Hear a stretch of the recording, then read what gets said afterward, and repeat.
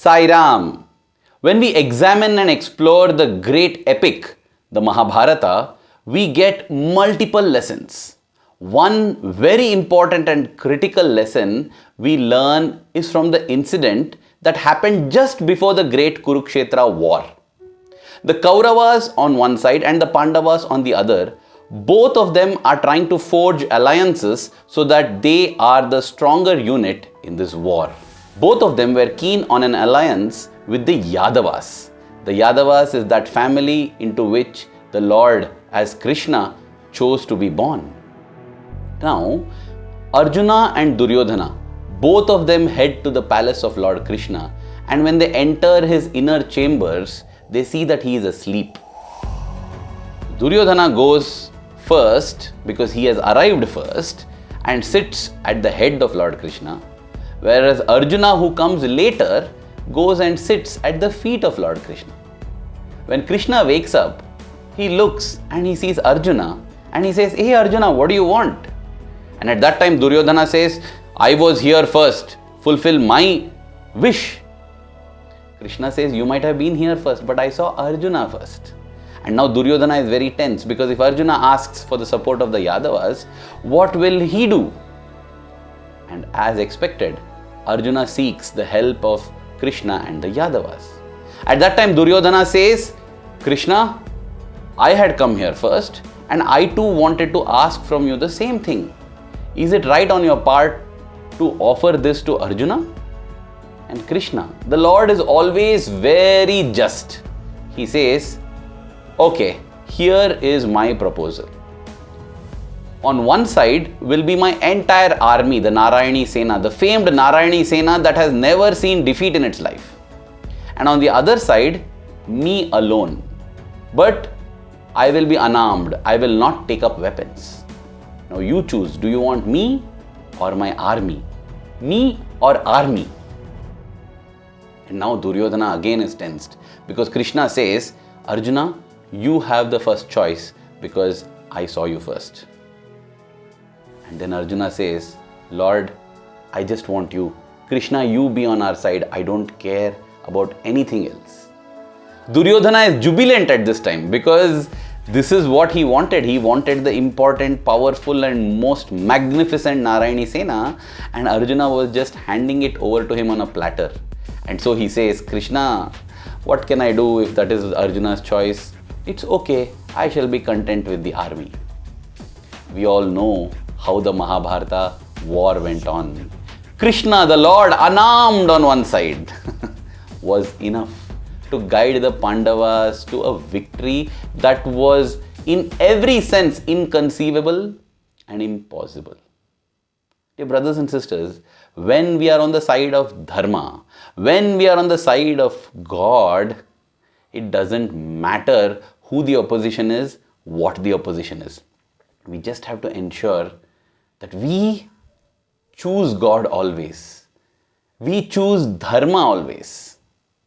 And I personally learned this through a beautiful experience that concerns both our dear Lord Swami and Dharma.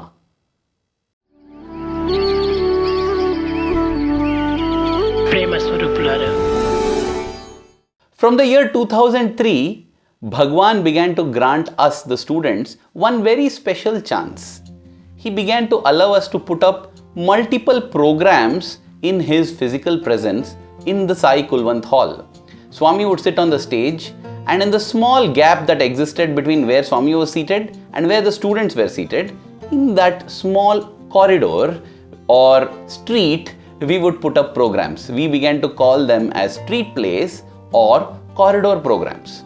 This was a great opportunity because before that, only once or twice a year, the students would get to put up a program in Swami's presence. That is the convocation drama and possibly the MBA day drama. And both these dramas, only the cream de la cream of the hostel would get to participate in it. But once these street plays or corridor programs opened up, so many students got the opportunity to perform in Swami's presence. So, when it came to the year 2004, that was the year when our batch became the senior most students in the hostel. We thought that even as Swami comes to Puttaparthi, we should put up and we should start the year with a bang by having programs. Now that year, what had happened was, in the summer, some of us had stayed back at Vrindavan for the vacation. And Swami, as always, during the summer in Vrindavan, granted us Trai sessions. And in Trai Vrindavan, on a couple of occasions, Swami had spoken at length, in depth, on the concept of Dharma. Now, what we felt was, in the present moment, Dharma is a theme that seems to be very dear to Swami's heart.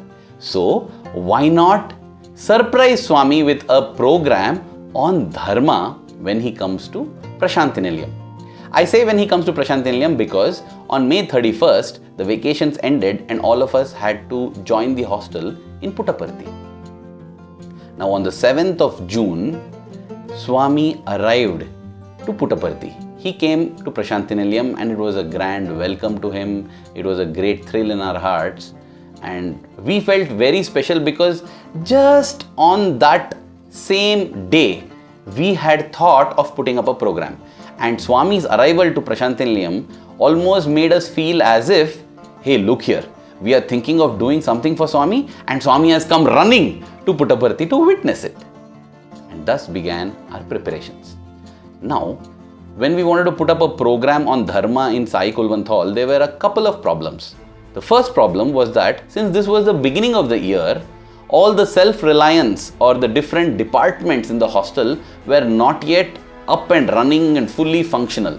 And therefore, if we wanted assistance with costumes or sets or different, background support, it wasn't as readily available as it would be a few weeks from now.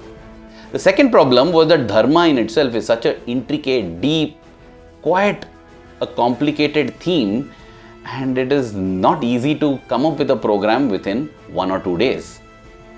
That is precisely what we plan to do. How did we overcome both these challenges? To overcome the first challenge, we decided that let our program be mainly speaking based. We will have 3 sets of speakers getting up and in tandem speaking, and the whole program will be this. We will do away with skits or dramas or even songs, because even preparing songs and planning and singing and coordinating that would take time, right? So this was a program that was basically long speeches. But this long speech would be broken up because different people would get up and speak. That was how we overcame the first problem. The second problem, we felt, let us go through Dharma Vahini and pick up things directly from there. We can't go wrong there because that is Swami's own work and that is the absolute. Swami is the embodiment of Dharma, so that will be perfect.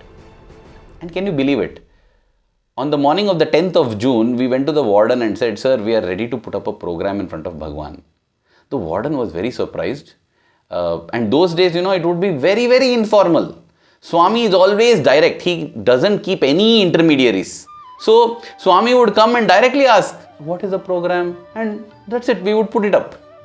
But we would just inform the warden because many times Swami would call the warden and ask him, hey, what is happening? What are the details of the program? And warden himself would tell us, please let me be aware so that if Swami asks, I am not caught blinking. So we told him just about the program. We said, sir, it's a program Atma Dharma Para Dharma. He did not ask much more about the details because he said, see, today is Ashtami. Ashtami is a day that is not considered auspicious. So let us begin tomorrow maybe, Navami. We agreed. Now in the mandir on the 10th of June 2004, Swami completed his darshan rounds and then there was a special sofa, with wheels attached to it on which Swami would sit in our presence listening to the Vedas and seeing the programs. That sofa was brought and Swami sat on that. He turned to his left, called the Vice Chancellor, Shri S.V. Giri sir, and asked him, is there any program today? Now the Vice Chancellor had no clue. So he quickly turned and looked towards the warden who was sitting opposite. Now the warden came to Swami and he said, Swami, today is Ashtami, right? So we thought we should not have any program today. So Swami nodded and he sent back the Vice Chancellor and the warden. Now he turned to the warden and called only the warden and asked, "Is there a program today?" The warden said, "Swami, today is Ashtami, no Swami." So, oh, okay. He sent the warden back. Now, Swami looked at us who were seated in front, 3 or 4 of us. He looked at us and he asked, "Is there a program?" We all got up and went near Swami and said, "Yes, Swami, there's a program." Now Swami turned to the warden as if accusing him like, "Hey, you didn't tell me this." The warden came rushing to Swami and said, "Swami, the boys have prepared some program, but I was just trying to say that today is Ashtami, so maybe it's not a right day to start." Swami said, No. What is the program about?" Then we said, "Swami, Atma Dharma Para Dharma." And Swami said, "Get started." Dear brothers and sisters, of course, there are some times considered unlucky, some times that are considered as not auspicious, inauspicious. But once we bring in Swami, everything becomes auspicious. Ashtami is considered as an inauspicious time and inauspicious day to begin anything. But you know what? As Lord Shri Krishna, God began his avatarhood on that very day. That's why Krishna's birthday is celebrated as Krishnashtami. It is on Ashtami day that he chose to be born. So once we bring in Swami into anything, everything becomes auspicious. Everything becomes Shubham. Everything becomes Jayam. Victory, auspiciousness, wonderfulness. And that was very clear. Now we began the program. And as I said, it was a program where 2 of us would stand up and speak. Then we would sit down and 2 more would stand up and speak. Then they would sit down, then 2 more would stand up and speak. 3 sets over. Then again, the first 2 would stand up, the next 2, it was just talking. The second time when I stood up to speak, I noticed that the entire crowd in Kulwant Hall was getting absolutely bored. They were simply bored and they were like, "Oh, when will this torture end?" And then as I was speaking, turning around this side, left and right, I saw even the teachers and the elders who were seated. They were also just tolerating us because it was in Swami's presence. I began to get so nervous. I felt that we had let Swami down so badly. We had prepared a substandard program, and in that nervousness, my voice began to quiver and quake. My leg began to shiver and shake, and I did not know. I just turned to Swami, and Swami simply smiled. Swami simply smiled as if everything was going on smoothly. And that was the most reassuring thing that gave me and all of us the courage and confidence to just proceed and complete the program. It was 40 minutes long program on Dharma. And at the end of it, I just could not help but confess openly saying, "Dear Swami, we have no idea or understanding of Dharma. We just spoke here like parrots from what you have written, from what you have said, Swami. Please forgive us for all the lapses we have done. We are eternally indebted to you." And after that, we all just rushed to Swami. Swami was sitting there gently smiling and asked, "Over? What did you speak?" All of us said, "Swami, we only don't know what we spoke. It was, please forgive us, Swami." Even as we said this, and even as everyone, were sitting there feeling relieved that this program had got over. In fact, at the end of any program, people always clap. That day, the applause was barely minimum. It was almost like applause of charity. Oh, okay, something they did and Swami allowed them, so let's give them some claps. It was charity applause for us. But then, Swami moved his hand, waved it, and materialized Vibhuti. And on the spot over there, gave it to all of us. Even as Swami did that, an applause rented the entire hall. And this applause was deafening and so loud and so long. It was as if we had put up the best program of our life. And even as he gave us Vibhuti, Swami told us to go back to our place. Then he called the Vice Chancellor and said, "Look how well my boys have spoken." And the Vice Chancellor, who was possibly till then very, very bored, he nodded his head in agreement and said, "Yes, Swami, it was an expert exposition." And Swami then told him also to give a talk. And in that talk, the Vice Chancellor once again praised us for our knowledge, our expertise and exposition on Dharma. At the end of it, when Swami left Sai Kulwant Hall, all the teachers also came and congratulated us, and many of our classmates and other students said, wow, it was a wonderful program. But in our hearts, dear brothers and sisters, we knew that it was a wonderful program simply because Swami made it wonderful. From a worldly sense, it was absolutely substandard. But because Swami blessed us with Vibhuti, because Swami said it was nice, the whole world said it was nice. We need not think about pleasing anybody else. We need not think of making the world happy. Let's just focus on trying to make our Swami happy. Let our thoughts, our words and our deeds be in such a manner that they make Swami happy and make him say, this is my boy or this is my girl. In a discourse on the 23rd of March 1984, Swami gave a beautiful analogy which he has repeated many other times as well.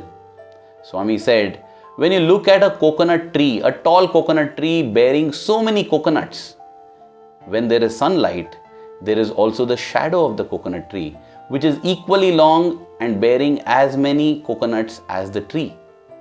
But try however hard you might, you will never be able to pluck away those shadow coconuts, however hard you try. Instead, if you climb up the actual tree and pluck the actual coconuts, as you pluck those coconuts, you will also get the shadow coconuts. Swami says that coconut tree is the Atma or God. When we choose God, we automatically get the world. All our needs are automatically taken care of. Everything that we need for our progress will be given unasked. Instead, if we let go of God and try to seek the world, which is that shadow tree and shadow fruits, however hard we try, we will not get what we are aiming for, which is joy, peace, happiness and contentment. We will be pulling and tugging and scraping at the shadows, not getting anything. Dear Swami, always in our life, let us keep choosing you and only you. Thank you. Jai Sai Ram.